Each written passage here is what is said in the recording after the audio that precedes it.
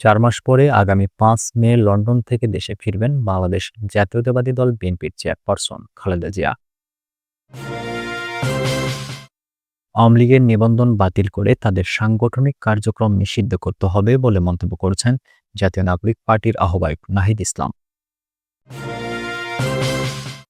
যদি কিন্তু অথবা ছাড়া আওয়ামী লীগকে নিষিদ্ধের দাবি জানিয়েছেন জাতীয় নাগরিক পার্টির মুখ্য সংগঠক হাসনাত আব্দুল্লাহ। বাংলাদেশ ভারতের বাণিজ্য টানাপোড়েন, পণ্য পরিবহনে খরচের হিসাব কষছেন ব্যবসায়ীরা। শুনছিলেন সংবাদ শিরোনাম, এবারে বিস্তারিত। খালেদা জিয়া ৫ মে দেশে ফিরবেন, শারীরিক অবস্থা বেশ ভালো। ৪ মাস পরে আগামী ৫ মে লন্ডন থেকে দেশে ফিরবেন বাংলাদেশ জাতীয়তাবাদী দল বিএনপির চেয়ারপারসন খালেদা জিয়া। দলের স্থায়ী কমিটির সদস্য এজেডএম জাহিদ হোসেন খালেদা জিয়ার দেশে ফেরার বিষয়টি নিশ্চিত করে বাসসকে বলেছেন, ম্যাডামের শারীরিক অবস্থা আগের চেয়ে বেশ ভালো রয়েছে। সবকিছু ঠিক থাকলে তিনি আগামী ৫ মে দেশে ফিরবেন। সাবেক এই প্রধানমন্ত্রীর সঙ্গে সফরসঙ্গী হিসেবে থাকছেন তারই ২ পুত্রবধূ তারেক রহমানের সহধর্মিণী চিকিৎসক জুবেদ রহমান ও আরাফাত রহমান কোকুর স্ত্রী শর্মিলা রহমান। বিএনপির নির্ভরযোগ্য সূত্র জানায়, বিমান বাংলাদেশ এয়ারলাইন্সের একটি নিয়মিত ফ্লাইটে বিশেষ ব্যবস্থায় দেশে ফিরবেন খালেদা জিয়া।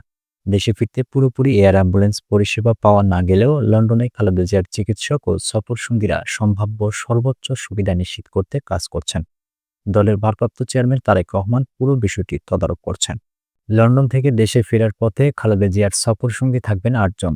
২ পুত্রবধূ ছাড়াও সফরসঙ্গী থাকবেন খালেদা জিয়ার ব্যক্তিগত চিকিৎসক এজেডএম জাহিদ হোসেন, চেয়ারপারসনের উপদেষ্টা আমিনুল হক চৌধুরী, এপিএস মাসুদুর রহমান এবং ২ গৃহ পরিচারিকা ফাতেমা বেগম ও রূপা হক।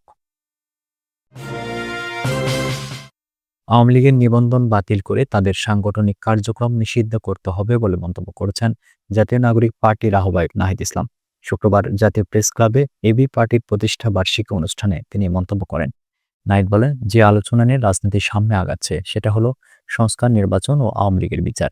এর কোনোটিই একে অন্যের বিরোধী নয়, বরং এই তিনটির মাধ্যমে গণতান্ত্রিক রূপান্তর হওয়া সম্ভব। ৫ আগস্টে বাংলাদেশের জনগণ আওয়ামী লীগের বিরুদ্ধে একটি রায় দিয়েছে যে তারা এদেশে আর কখনো রাজনীতি করতে পারবে না। ফলে জনগণই আওয়ামী লীগের ব্যাপারে সিদ্ধান্ত নেবে। সেই সিদ্ধান্ত নেওয়ার উপায় হচ্ছে একটি ভোটের মাধ্যমে, অন্যটি রাজপথে তাদের অবস্থান জানান দিয়ে গণ অভ্যুত্থানের মাধ্যমে। তিনি বলেন, একটি গণ অভ্যুত্থান দেশে হয়েছে, সেখানে এদেশের জনগণ মুজিববাদ ও আওয়ামী লীগকে অস্বীকার করেছে। জনরোষে পড়ে আওয়ামী লীগের নেতারা দেশ ছেড়ে পালিয়েছেন। এরপরে আওয়ামী লীগ এদেশে রাজনীতি করতে পারবে কি পারবে না এ আলোচনা আসতে পারে না। তারা রাজনীতির নৈতিক ভিত্তি হারিয়েছে। এখন তার আইনি ব্যবস্থা কি হবে, কোন প্রক্রিয়ায় তাদের রাজনীতি থেকে বের করব। অতএব আওয়ামী লীগের নিবন্ধন বাতিল অতি দ্রুত করা উচিত এবং তাদের সাংগঠনিক কার্যক্রম নিষিদ্ধ করতে হবে। নাহিদ আরও বলেন, সংস্কারের সব কথা রাজনৈতিক দলই বলছে। একটি মৌলিক সংস্কারের জায়গায় আমাদের ঐক্যবদ্ধ থাকতে হবে, যার মাধ্যমে শাসন ব্যবস্থা ও ক্ষমতা হস্তান্তর হতে পারে। তা পরিবর্তন না হলে জনগণের আকাঙ্ক্ষা বাস্তবায়ন হবে না। তিনি বলেন, নির্বাচন নিয়ে সবসময় রাজনৈতিক দ্বন্দ্ব তৈরি হয়েছে। শান্তিপূর্ণভাবে ক্ষমতা হস্তান্তরের ক্ষেত্রে প্রাতিষ্ঠানিক নিয়মের বাইরেও রাজনৈতিক দলগুলোর সদিচ্ছা প্রয়োজন। রাজনৈতিক সংস্কৃতি পরিবর্তন, রাজনৈতিক দলগুলো নিজেদের মধ্যে আস্থা ও বিশ্বাসের জায়গা অর্জন করা। তা না হলে শান্তিপূর্ণ ক্ষমতা হস্তান্তরের যে চেষ্টা তা সম্ভব হবে না। যদি কিন্তু অথবা ছাড়া আওয়ামী লীগকে নিষিদ্ধের দাবি জানিয়েছেন জাতীয় নাগরিক পার্টির মুখ্য সংগঠক হাসনাত আব্দুল্লাহ। শুক্রবার সকালে নিজের ভেরিফাইড ফেসবুক অ্যাকাউন্টের এক পোস্টে তিনি এই দাবি জানান।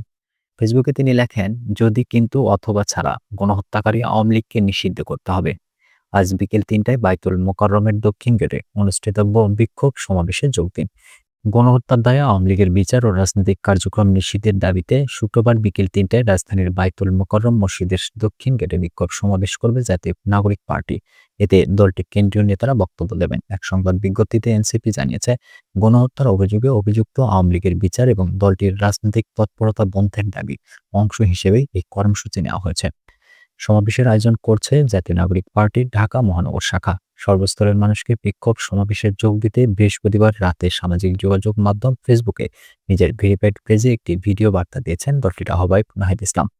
ভিডিও বার্তায় তিনি বলেন, ছাত্র জনতার ঐতিহাসিক গণ অভ্যুত্থানের মাধ্যমে ২০২৪ সালের ৫ আগস্ট বাংলাদেশের মাটি থেকে মুজিববাদ নামক ফ্যাসিবাদী মতাদর্শের যে রাজনৈতিক দল আওয়ামী লীগকে বাংলাদেশের ছাত্র জনতা উৎখাত করেছিল, কিন্তু আমরা দুঃখের সাথে দেখছি এতদিন হয়ে যাওয়ার পরেও সেই আওয়ামী লীগের ব্যানারে আওয়ামী লীগের লোকেরা বাংলাদেশের মাটিতে এখনো মিছিল করার সাহস পায়। নাহিদ ইসলাম বলেন, আপনারা দলে দলে বিক্ষোভ সমাবেশে যোগদান করুন এবং গণ অভ্যুত্থানের প্রতিশ্রুতি রক্ষার্থে দেখা হবে বিক্ষোভ সমাবেশে। বাংলাদেশ ভারতের বাণিজ্য টানাপোড়েন, পণ্য পরিবহনে খরচের হিসাব কষছেন ব্যবসায়ীরা। তিক্ত সম্পর্কের জেরে প্রতিবেশী বাংলাদেশ ও ভারত সম্প্রতি পরস্পরের বিরুদ্ধে বাণিজ্যে কঠোর বিধিনিষেধ আরোপ করেছেন। এর সম্ভাব্য প্রভাব মোকাবেলায় প্রস্তুতি নিচ্ছে দুই দেশের ব্যবসা প্রতিষ্ঠানগুলো। স্থানীয় শিল্পকে রক্ষার জন্য গত মাসে ভারত থেকে স্থলপথে সুতা আমদানি সীমিত করেছে বাংলাদেশ। ভারত দেশটির স্থলবন্দর ও বিমানবন্দর দিয়ে তৃতীয় দেশে পণ্য রপ্তানির জন্য যে ট্রান্সশিপমেন্ট সুবিধা দিয়েছিল বাংলাদেশকে, তা হঠাৎ বন্ধ করে দেওয়ার কয়েকদিন পর ঢাকা এই পদক্ষেপ নেয়। দেশ দুটির মধ্যে যখন এ নিয়ে টানাপোড়েন চলছে, তখন উভয় দেশের ব্যবসা প্রতিষ্ঠানগুলো পণ্য পরিবহনে খরচের হিসাব কষতে শুরু করেছে। ব্রিটিশ সংবাদ সংস্থা বিবিসির এক প্রতিবেদনে উঠে এসেছে এমন তথ্য। বাংলাদেশের পোশাক কারখানার জন্য সুতা খুবই গুরুত্বপূর্ণ। সড়কপথে কড়াকড়ি থাকলেও সমুদ্র ও আকাশপথে সুতা বাংলাদেশে আনা যাবে এখনো। তবে এ দুটি রুট ধীরগতির ও ব্যয়বহুল। ২০২৪ সালে ভারত $১.৬ বিলিয়ন মূল্যের সুতা বাংলাদেশে রপ্তানি করেছিল, যার ১/৩ আসে স্থলবন্দর দিয়ে।